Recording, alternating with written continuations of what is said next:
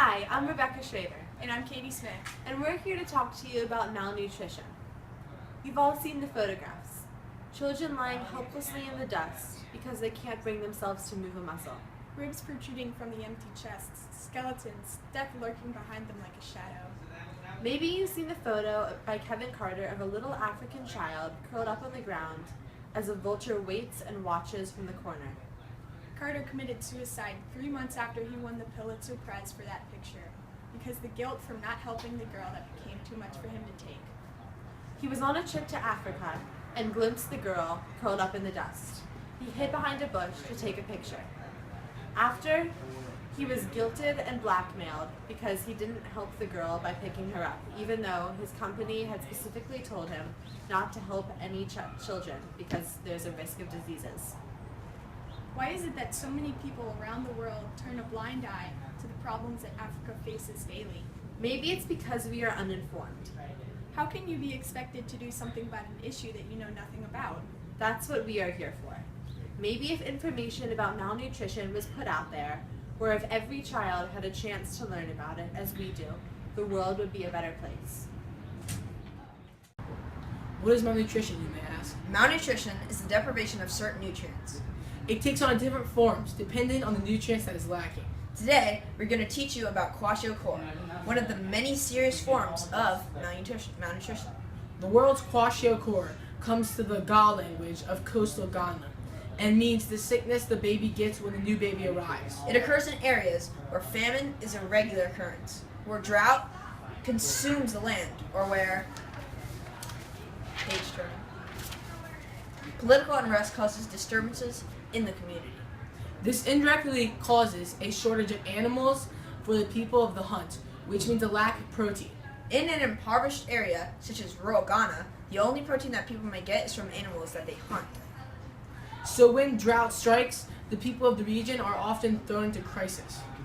The animals that they depend upon for basic protein on which they survive. I didn't see where you finished. So close. So when drought strikes, the people of the region are often thrown into crisis. The animals that they depend on for the basic protein on which they survive upon die off, or retreat into the wild to look for water. The direct causes of the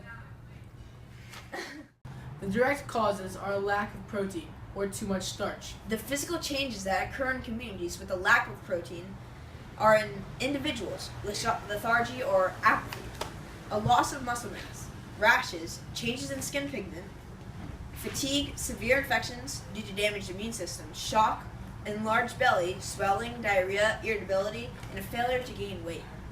In the United States, most people do not imagine that this sort of famine could exist. In fact, there are reported incidents of where Ghanaians would call kwashiorkor in our country because protein in an abundant and easy.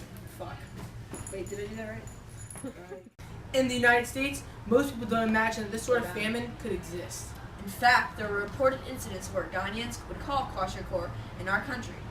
Because protein is abundant and easy to get in the United States, kwashiorkor could be a sign of severe child abuse because the parents neglected to buy enough protein for their child. Kwashiorkor is most common in Africa, especially in Ghana, Mali, and Somalia. Put solution here. One of the political solutions that the government of Ghana could take for creating a solution for kwashiorkor is by issuing the opportunity for all people to have birth control. One of the issues that kwashiorkor arises from is the fact that women have more babies than they can care for. They earn a minuscule amount of money each week, and they don't have the money to buy food for all of their babies. Once one baby is born and another is followed directly after, then one baby doesn't get the same amount of milk that the other one does. One solution that the U.S. could provide was to give protein bars. We love protein bars. Yum. Young. Give them young. I don't know.